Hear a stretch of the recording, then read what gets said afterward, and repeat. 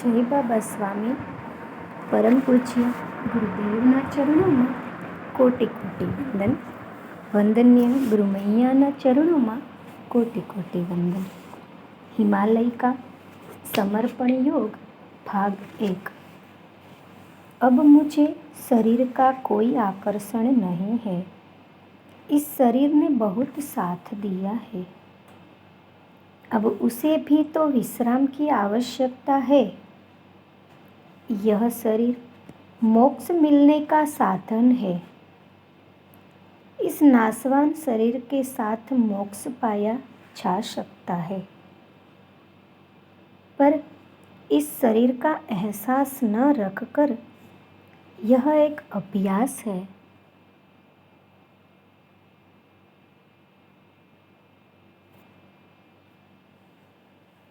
जो करते करते ही होता है.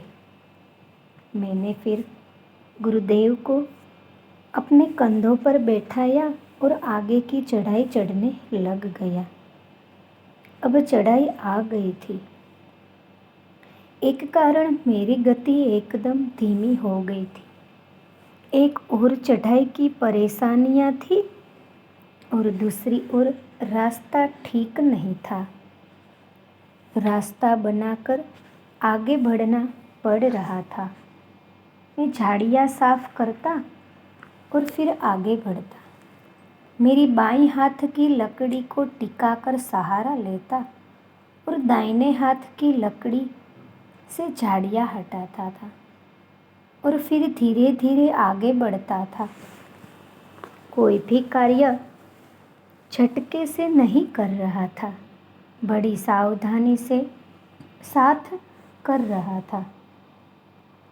किसी भी प्रकार का झटका गुरुदेव को न लगे, इसका मैं सदैव ध्यान रख रहा था, क्योंकि मुझे याद था कि गुलाब सा कोमल शरीर लेकर मैं चल रहा था और उसका एहसास मुझे चंदन की खुशबू से आ रहा था. पूरे समय चंदन की खुशबू ही खुशबू फैली रही. वह चंदन की खुशबू पूरे रास्ते मेरे साथ साथ थी. शाम होने वाली थी. सूर्यास्त धीरे धीरे हो रहा था और अंधेरा भी होने ही वाला था. फिर हमने रात के समय विश्राम करने का निर्णय लिया और फिर मैंने गुरुदेव को पीठ पर से नीचे बैठाया. गुरुदेव बोले, मनुष्य का जीवन भी इस पहाड़ की तरह ही है. जीवन में अच्छा कार्य करने के लिए, सकारात्मक कार्य करने के लिए मनुष्य को कितने प्रयत्न करने पड़ते हैं और नीचे गिरने के लिए कोई प्रयत्न नहीं करना पड़ता.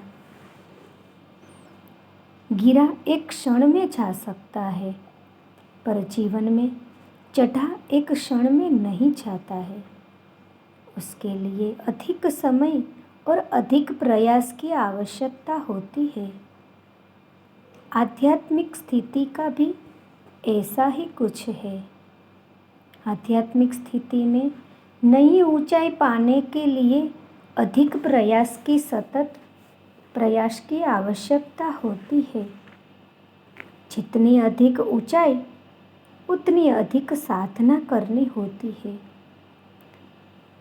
या तो जैसे मैंने तुम्हें अपने आप को सौंप दिया और निश्चिंत होकर बैठा हो कि तुम मुझे एक ना एक दिन इस पर्वत के उच्च शिखर पर पहुंचाओगे,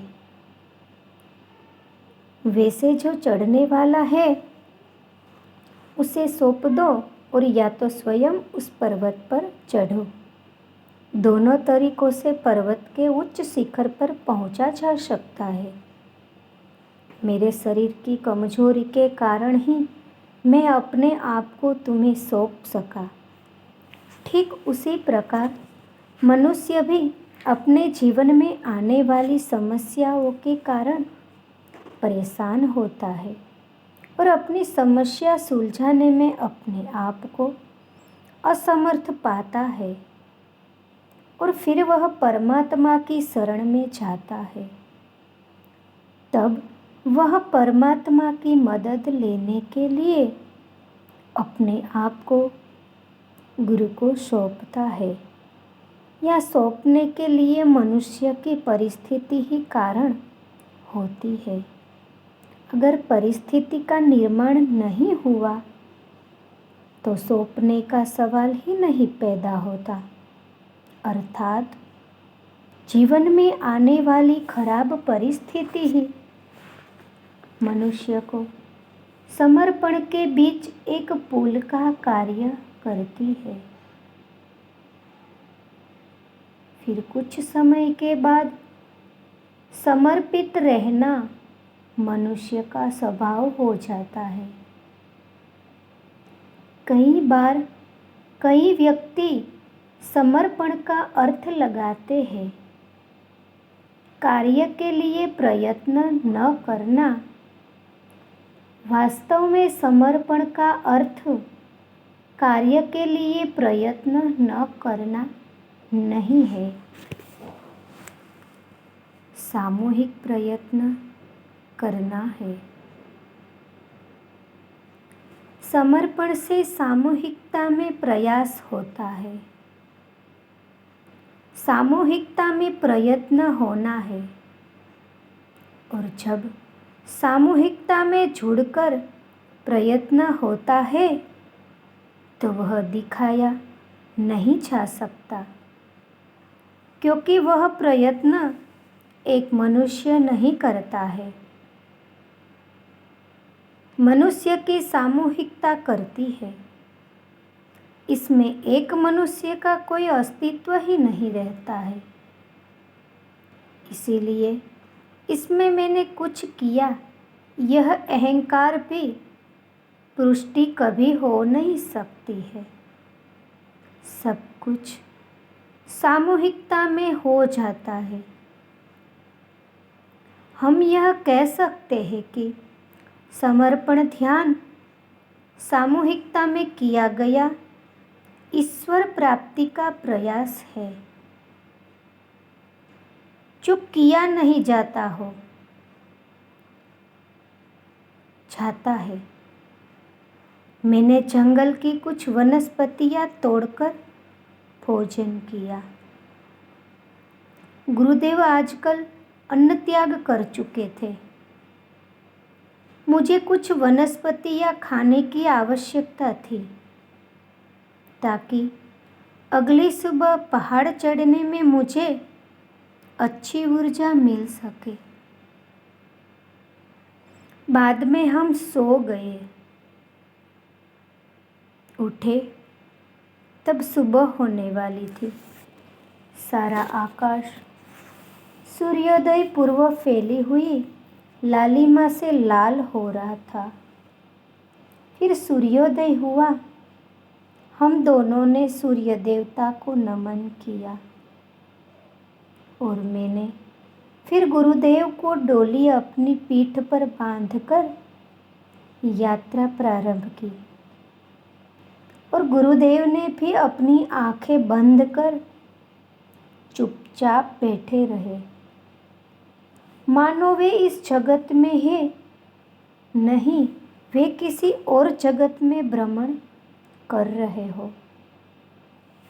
मुझे इस यात्रा में अनेक ईश्वरीय अनुभूतियां क्षण क्षण पर हो रही थी।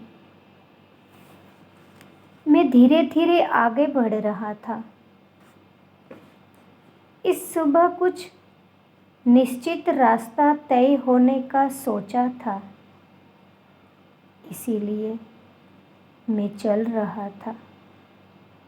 प्रयत्न यह था कि यह यात्रा जितने कम समय की हो उतनी अच्छी, ताकि गुरुदेव को कम कष्ट सहन करने पड़े। मेरा चित्त सदैव गुरुदेव पर ही होता था, और उसी कारण मैं सदैव उन्हीं के लिए ही सोचता था। अचानक एक पत्थर से मुझे चोट लगी तो मेरे दाहिने पैर के अंगूठे से खून निकलने लगा। मैंने यह यात्रा नंगे पैरों से शुरू की थी, इसीलिए ऐसा हुआ।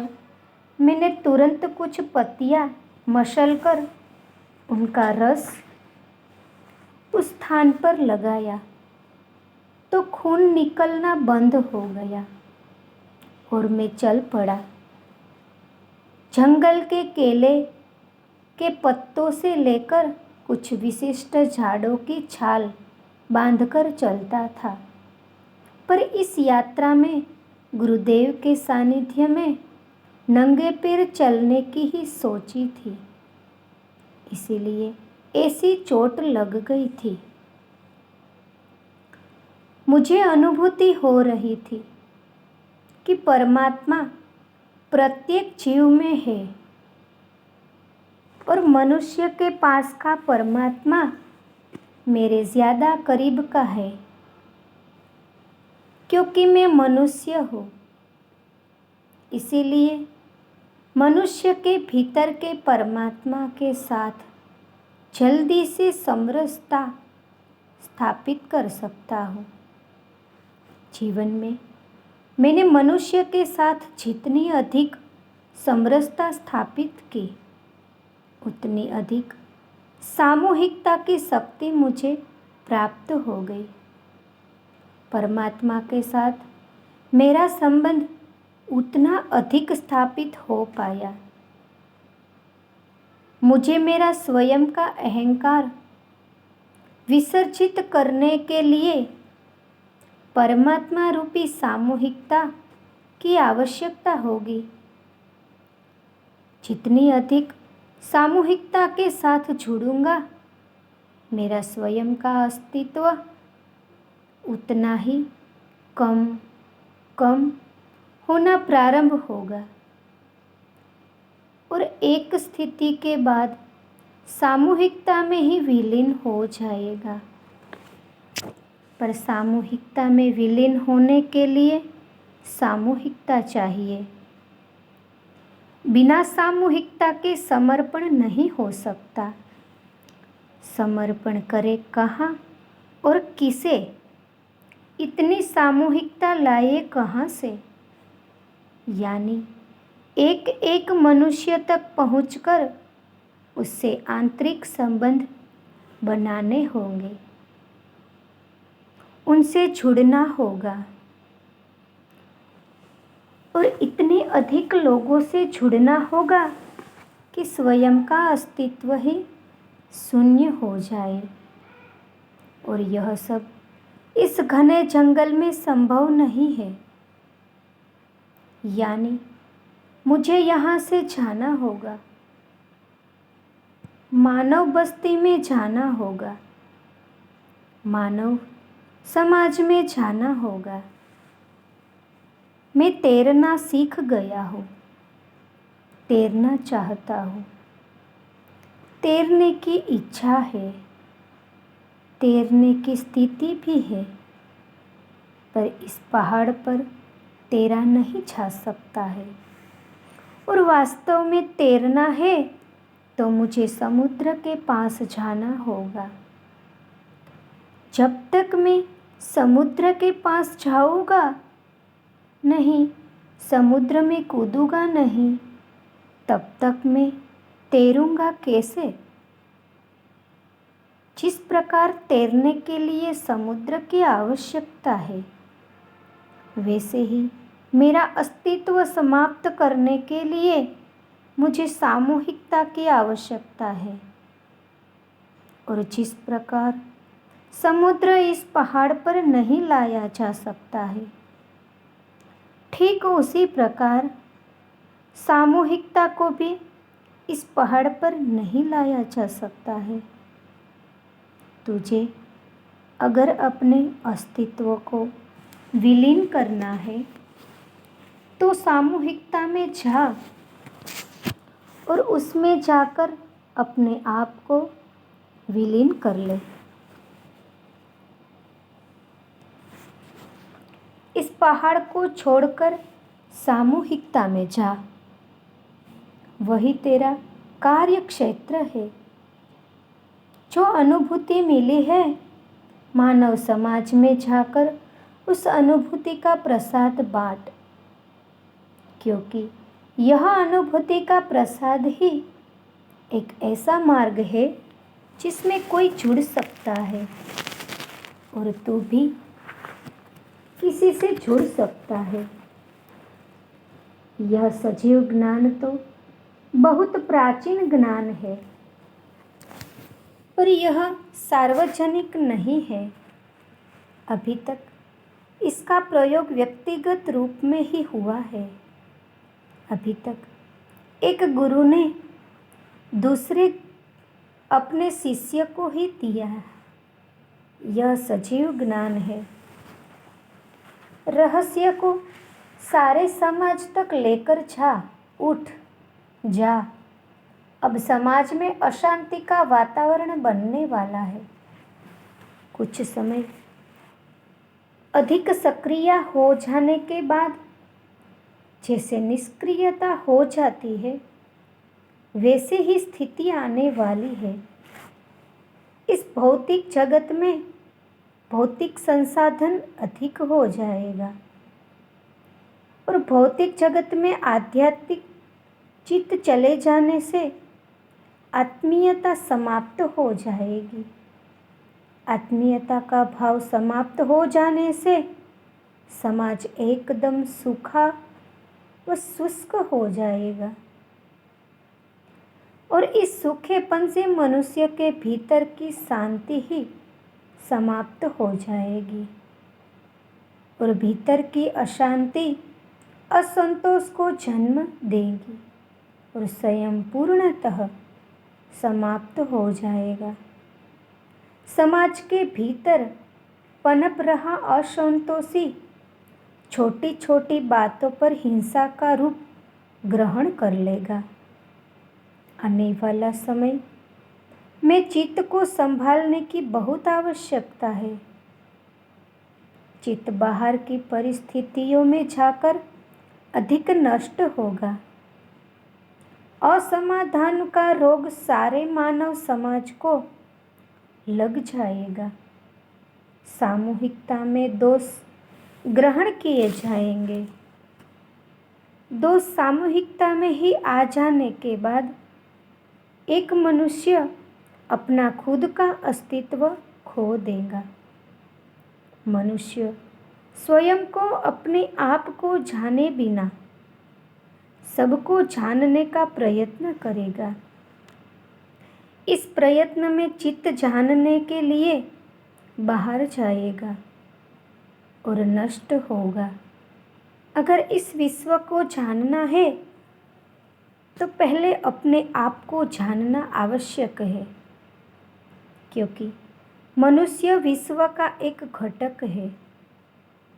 अपने आप को जाने बिना विश्व को जानना असंभव है और ऐसी गलत प्रयास में वैचारिक प्रदूषण होगा और वैचारिक प्रदूषण में प्रकृति का संतुलन बिगड़ जाएगा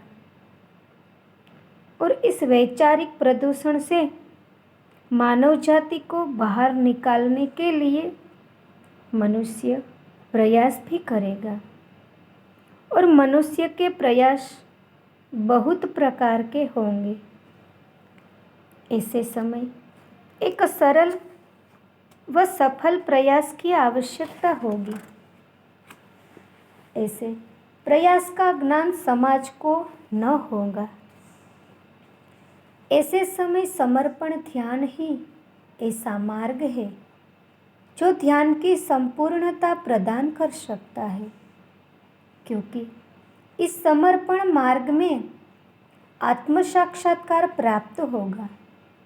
मनुष्य सर्वप्रथम जानेगा वह स्वयं कौन है और स्वयं को जानेगा तो सारे विश्व को भी जान जाएगा, क्योंकि स्वयं को जान लेने के बाद सारे विश्व की जानकारी उसे हो जाएगी। मनुष्य के भीतर ज्ञान का अपार भंडार है।